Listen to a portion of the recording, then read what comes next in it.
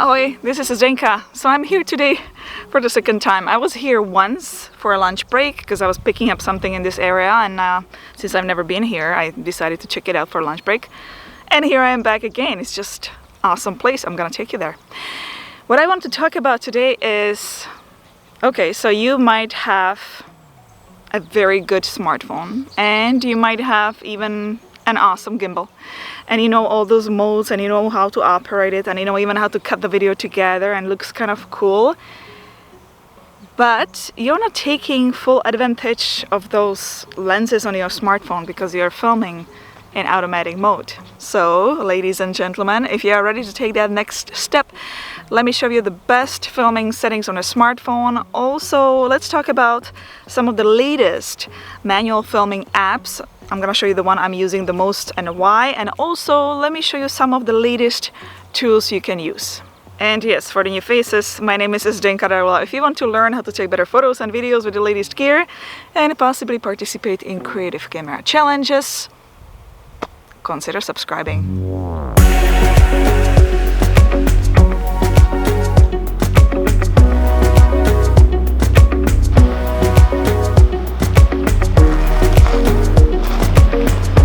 The light is so strong, it's not the best position, but I wanted to show you my company. I think they are having a little evening hygiene time. Well, let me start off by showing you footage filmed with my smartphone in automatic mode.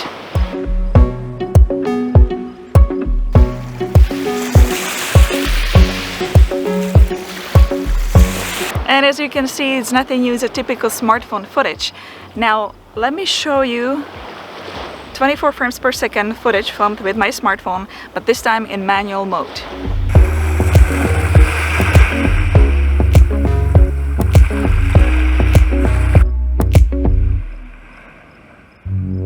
And obviously, let's put that side by side.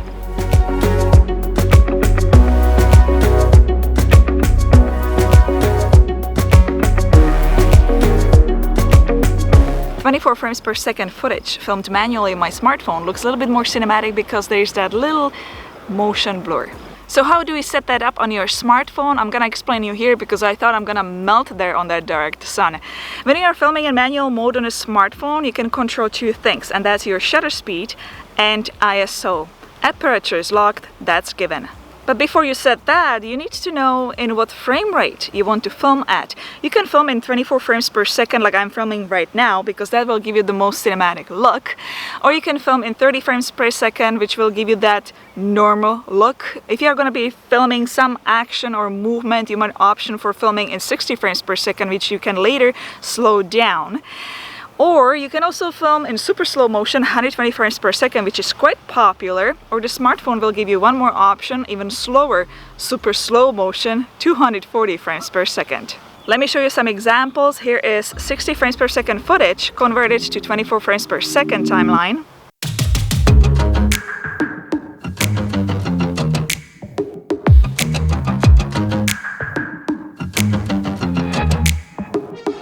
Here is 120 frames per second footage converted to 24 frames per second.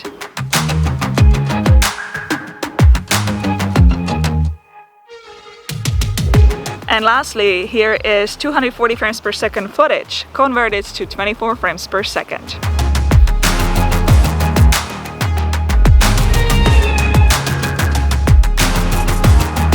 It's time to set it up on the smartphone. I'm gonna be using an app called Protake. This is my #1 right now application I'm using when it comes to filming in manual mode. It is available on both Apple and Android. It is not free. I actually prefer it a lot more than Filmic Pro because the interface is so much easier.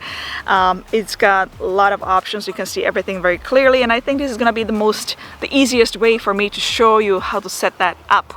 I'm not affiliated with them in any way. This is simply, honestly, the most favorite app I'm using right now. Let's select frame rate. I'm going to go with 24. Next, I'm going to select shutter speed. General rule is to double shutter speed. So 24 times 2 is 48, so I will select 1/48. Now I can see at the top 24 frames per second and 1/48 shutter speed. If I was going to film in 60 frames per second, again, the shutter speed has to double, so I would select 1 1/120th of a second. So the setting would be 60 frames per second and shutter speed 1/120th of a second. If I would be filming in super slow motion, 120 frames per second, then the shutter speed, again 120 times 2 is 240, would be 1/240th of a second. So let me show you on the screen. Here is 120 frames per second slow motion, and shutter speed is 1/240th of a second. And lastly, I can shoot in 240 frames per second, so let me set that up on the screen, and you would be selecting shutter speed 1/480th of a second, but that will take a lot of data. So now I have it set for 24 frames per second, and my shutter speed is 1/48th of a second. Next, I have to select the ISO. If I'm gonna be filming indoors, then I'm gonna go with the lowest ISO possible, because the higher number I'm gonna get, the more noise I'm gonna introduce in a footage, which doesn't look that pretty. If I'm gonna be filming outdoors, then obviously I'm gonna go with the lowest ISO possible. On a smartphone, it is 21. But the footage will look like this if I'm not gonna add sunglasses to it, and that is ND filter. And you can get all kinds of ND filters. I'm using this variable ND filter, which I also use on my camera, like this mirrorless. I used to use those clip-on filters, but now I use this combo, which I totally love. It is ultra light. I just hook it and done. For those interested, I linked it below the video. I have moment case on the phone, which I like to use with the anamorphic lens and other lenses. Then I have this new lens filter mount made by Moondog Labs. I simply just hook it on the moment lens like this. Then I use 52mm variable ND filter, and I actually went even further. I have very high quality filters, 77mm, which I made by Freewell. I actually reviewed them in the past. You can get this step-up ring for this system. All of it is linked below. Once I have the filter on, I just make it stronger or lighter until I get the right exposure. This app shows all scopes here at the bottom, so that makes it easy to use.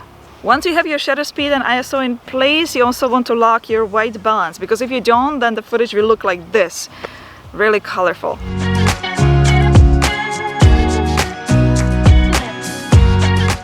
So let's select sunny, because that's what it is right now, and you are all set. And absolutely the same thing you can do in other filming apps like Filmic Pro. You can do that in DJI Mimo if you have a DJI Osmo Mobile 3 gimbal, but DJI Mimo doesn't offer 120 frames per second. You can do that also in Mota Genie app. If you do have Mota gimbals, 120 frames per second is included there. You can do that also in Protake filming app, like this one I'm using. The reason I like this app, like I said, is because the interface is very simple. There is also an option to film in log C. There is also an option to choose many other filters. You just select that and you are ready to film. You can save your presets. There is very wide selection of the beauty mode, which actually I'm not using, but I know some ladies prefer to use the beauty mode, which is there. You can also do double take. You can film with the rear camera and front camera at the same time. This app, it's quite nicely made. Very simple to use. And lastly, if I don't have a gimbal with me, I just have the smartphone in my purse, the app offers very good stabilization. There are 3 choices, I believe: standard, cinematic, and extreme. So let me show you the examples, what you get if you don't use gimbal, but you are using this stabilization system.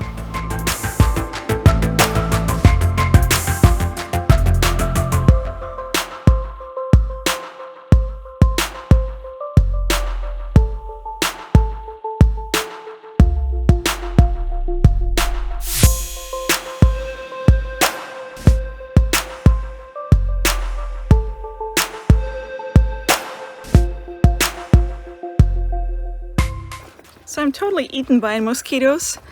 I am totally eaten by red ants, and I'm testing now the double take, which is fairly cool. It's actually recording what I'm seeing in the front, and I'm recording myself at the same time.